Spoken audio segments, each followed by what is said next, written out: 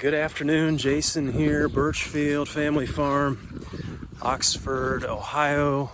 Good word today is from Ecclesiastes 5. Then I realized that it is good and proper for a man to eat and drink and to find satisfaction in his toilsome labor under the sun during the few days of life God has given him.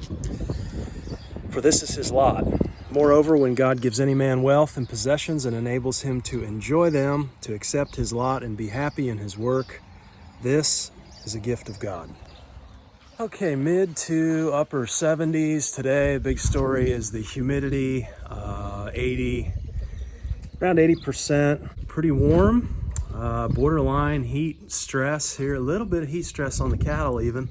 Happy to see them laying down for the most part. Sheep are still out there with lambs, moving them around, and we got to get these cattle moved. You can see we've still got quite a bit of grass. I'm happy to see that.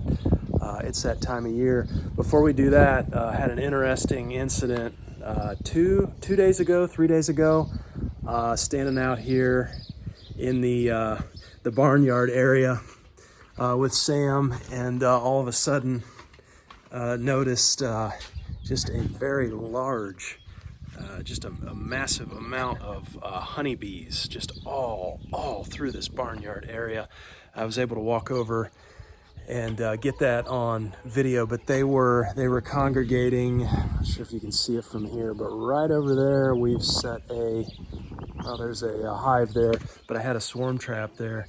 And you know what's fascinating to me about that is I needed to clean those up from last winter. I put them out last spring, and several of them did not get did not catch swarms, and I left them out.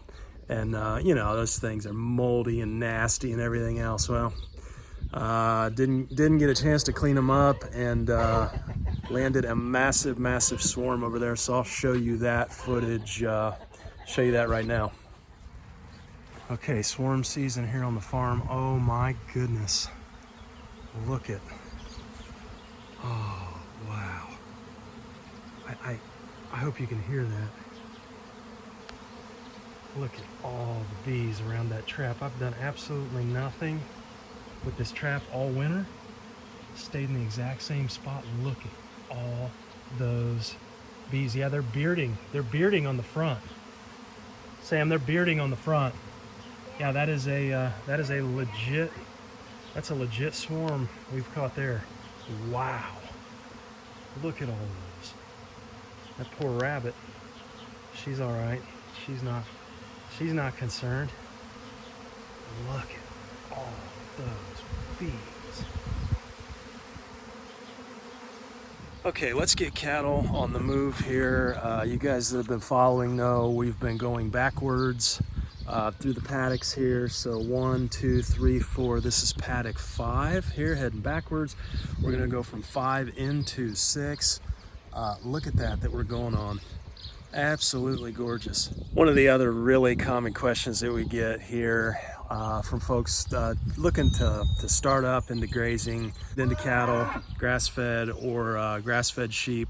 And the common question is, hey, what do I sow? What kind of seed do I need to put down? What do I do? What's the best? You know, everybody wants the best pasture, and they want to do whatever they can to make that, right? Do I need to come in and till it, and then what do I sow? You know, and I can't tell you how many folks I disappoint with my answer early on. Yeah, sure, I'm coming in here and seeding this and that and the other, but here lately I've kind of come to the conclusion that whatever grows native in your area, the best thing you can do is let that come on, get your animals on it, let them interact with it, dung on it, urinate on it, put that cloven hoof in there and work that ground, aerate it, and just manage those native species. That's the best thing you can do, but that's not the answer that most people are looking for. You know, they want to do something, right? You want to make it better. I want to make it the best. Well, native species and native grasses and clovers really are gonna they're gonna do the best. Okay, let's talk about these guys. Again, cattle and sheep, Red Devon cattle, St Croix sheep. Got the sheep separated off, the lambs, you guys know the story here that have been following. We've been doing 2-day moves, and you can see we've still got a lot of residual hanging around in there, even after 2 days. Now over here we came off, this is where we were 2 days prior, and you can see it's already bouncing back. Yeah, this was, and we only did 1 day on this. What did we do? Paddock 1, 2 days, 2 days on 2, 2 days on 3, 1 day on this. We lambed here. We did some lambing here, so we had a little bit of impact already. I didn't want to tax that, so we skipped across that pretty quick. And 2 days on this, and here's what we're coming on to.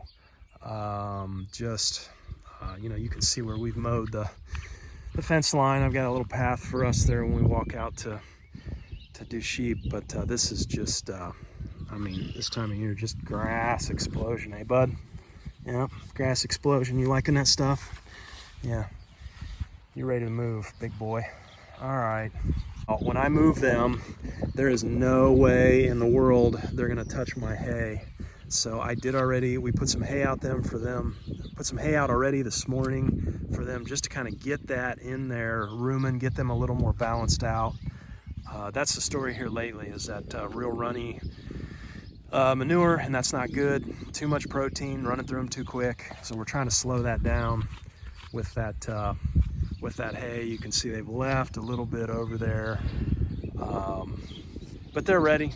They're ready to get into this. Also notice some heavier breathing on some of them, especially the older mama there. You know, as heat stress in cattle is a real thing, and they stress a lot sooner than we do. So we've been around 80 degrees, but the humidity has been very, very high. And so keeping them, you know, they get the afternoon shade here. I will bring a hose out occasionally and spray the older animals down if they'll let me. But, you know, keeping that magnesium up in the mineral, putting out a little hay, and yeah, everybody's doing well. Let's get them moved. You ready, bud?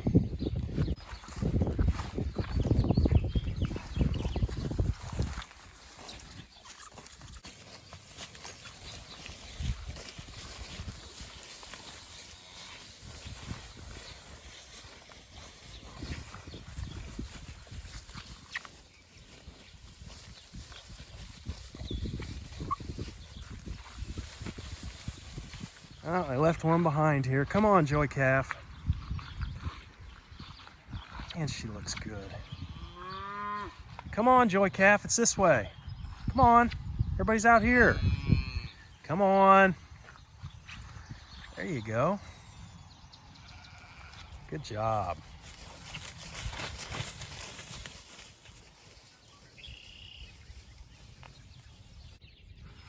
Look at this stuff here in this stand. I'm in this alfalfa here, you know, up over my knees. Look at this. Look at this dandelion leaf. That is massive. Just massive. And this clover, good grief. Look at that. That's about as big as my hand there. Oh, good stuff. One other note here too, as we move, need to move cattle water over to the corner there to our hookup. But I don't think I've said this yet. On these waters for cattle, you know, last year we used this setup here, which was a float valve at the top, and I think we could have rigged that to come in from the bottom. However, I purchased one of these Joby Megaflow valves that mount on the bottom. And they got this float on the top, and got just a little bit bigger mineral container as well. On the bottom there, you need a garden hose to NPT thread hookup. I think it's a 3/4, and got all this stuff through PowerFlex, and been real happy. This has been a definite improvement for the cattle, simply because on that other one with the float, they would come in and mess with that float. They broke it a few times. That other water was, I think, around a 25 gallon. This is around a 30. So you get just a little bit more weight. You know, they're gonna rub on this with their heads and stuff, and it does not tip. It stays in place, but more importantly, when they mess with that float, it really doesn't matter. They can't do any damage to it. So having a low mounted fill there on this Joby Mega Flow, this has been a real fit. There we go. And this thing just twists off. I would not recommend using this on like a pond or a stream water source, because you got that little screen there that's gonna plug. Kind of a pain, but it does pop right off and then twist back on. But this thing's been good so far. Okay, meat birds are doing great. We're at that ugly stage now, right, where they're getting their feathers on, and everybody's looking really good though. Yeah, 3 weeks old today. Again, 10 by 12 chicken tractor, moving this to a new spot every day, looking at where they've been. You can see that impact, that manure, that'll only intensify from here as well. But they're doing great. Really happy with the result on them so far. Got the rams over here. They're kind of eating down the grass ahead of the tractor, so I don't have to mow. That's been nice. Okay, we have multiple animals now being serviced off this one hookup. These hookups are coming from the elevated tanks in the barn there, but you've got the cattle. We need this water serviced, and then the one for the meat birds on the back. It's got a bucket with a float. So when I have that situation, I just like hooking up your splitter there, split it into two. I need to open up the valves or it's not going to do any good. There we go. Bingo. And both these waters will be automatically serviced then from those tanks. Buried lines, very shallow buried lines just for the grazing season. But there were two things I did not want to do when we started farming. One was hauling water. The second one was shoveling manure. Try not to do either one of those things. If you can hook up floats, even just gravity fed. This is only 5 psi. Replacement rate on water's fine. Again, about a 30 gallon tub for, we got 7 head in here, but this would service both sheep and cattle, no problem. So 5 gallon bucket. Actually, I think it's a 7 gallon bucket on the back of that tractor, but that's not that critical quantity wise. It's that red plosson that the water drains into, just so you've got a way to fill, when they're drinking it down. But yeah, sure is nice. No hauling water. One of the other things I like to do while we're here on cattle water is put the hookup or the hose right underneath an electric line, right? So they've got really good access here just to the water, but they're not able to come over here and step on these. These are plastic fittings. So anyway, that just keeps them off the hookup. I tell you, water and rotational grazing, it can be a little tricky. I mean, because you don't want a container that's too large, because every time we move, especially if you're making everyday moves, you're dumping the water, to move it. I guess, the flip side would be maybe if you had a cart that the water was on that you could pull, but 30 gallons, 8 pounds a gallon, 240 pounds of water, and it needs emptied and scrubbed pretty regularly anyway. So you have to, I mean, we've got a 100 gallon tub, Rubbermaid tub, but I don't use it because it's all of the wasted water, right? Every time we move, like can you imagine 100 gallons a day? I mean, dumping that, what a waste. And so, having a container that's sized, that's where it's not oversized, but you don't want to undersize it either. We kind of dealt with that a little bit last year, and when they don't have enough water, that replacement rate isn't great enough. That's not good either. So definitely want to err on the side of having more than versus not enough. All right, sheepies heard everybody else, saw everybody else moving. Now they're jealous. They're making noise. I swear they know what's going on. All right, so this is what we've been on here for, gosh, what's it been? 3 days? I think we stayed an extra day here just because there wasn't a whole lot of impact. They've trampled some, eaten some. We've got way over half that they're leaving behind, but that's okay. I'm all right with that. Coming off of this, going on to this over here. Somebody asked me about mowing. Yes, I do mow paths when we have lambs. We use this electronet. This is not just sheep electronet, it's chicken electronet. Squares are closer, and I've found that the lambs cannot escape this stuff. You don't have to do this. This is overkill. I mean, we've got our wires, and then we've got the netting on the inside of that. I just like it because we don't run guard dogs. And when the sheep are with the cattle, we're fine. You know, the coyotes and everybody stay away with sheep and cattle together. But I don't want to run dogs, and we're kind of out here, and we hear coyotes at night and stuff. So, you know, keeping these lambs protected from at least ground predators, I like that. If nothing else, helps me sleep a little better at night. But it's definitely overkill to have this net here. But I do anyway. During the season, I do mow underneath the wire, because if you don't, especially with this chicken net, it gets so grounded out that it just annihilates your charge controller. We're doing 120 volt controller from the barn electric, and you won't have any juice left, you know, for when you get over to cattle and such, and then they're getting out and it's a whole ordeal. So I try and keep it mowed this time of year. We'll run lambs like this typically once through here with the net, and then by that time they're usually big enough to kind of go back in with cattle. And of course, you know, by mid-July they're sold. Okay, so we're taking this netting up here, getting ready to let them over, but not a whole lot of rhyme to the reason here. When we move them, they're all lined up, they know what's going on. But I'm gonna move out of the way. They're gonna duck right behind Sawyer there, over into the new paddock. They'll know where to go. They do at times, you know, bound off, especially the lambs, but that's all right. Here, give me that one, and then let's see. Yep, lead them through there. Hey, good job. There we go. Little lammies. And just a note on sheep too. You know, this time of year we're still putting out hay. I just put some good hay out to them.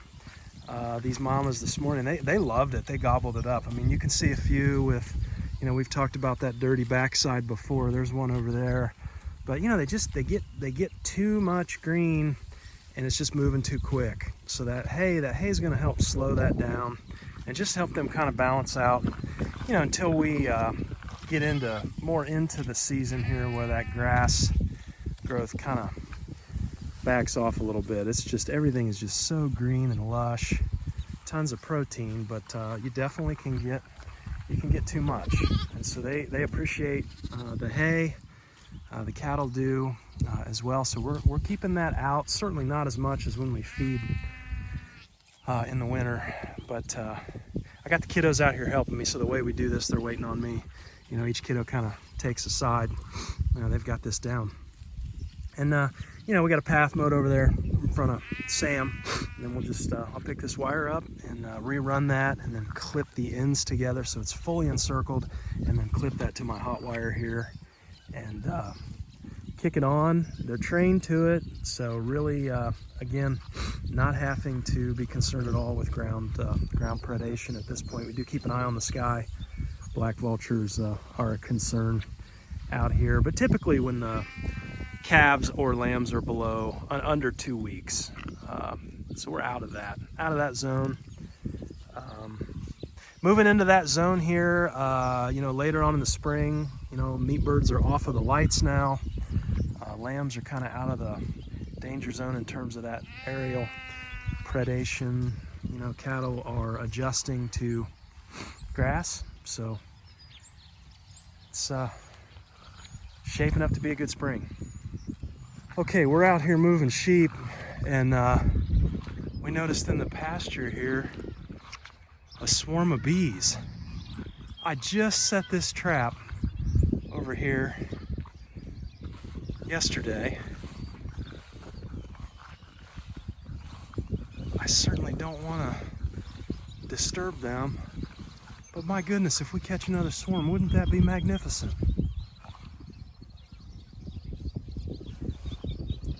And they are coming in and out of that trap.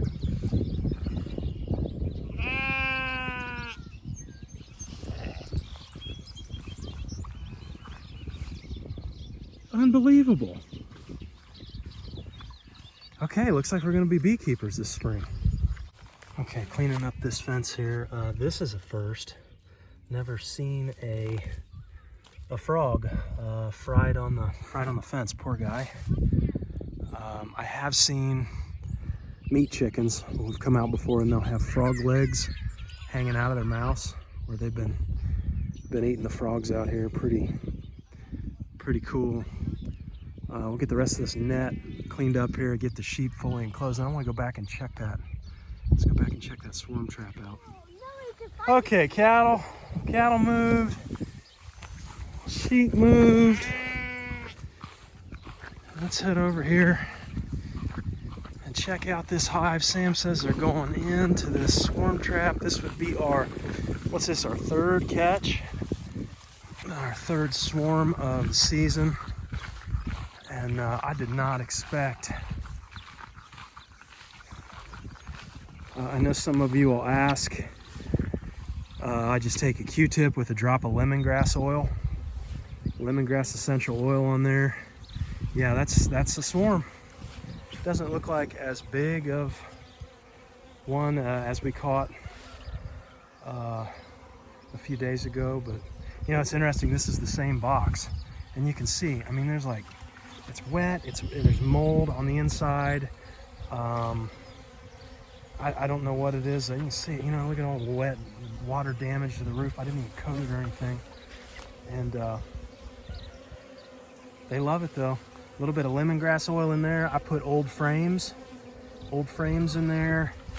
That's just a little trap there that holds what, 5? I think it's 5 frames.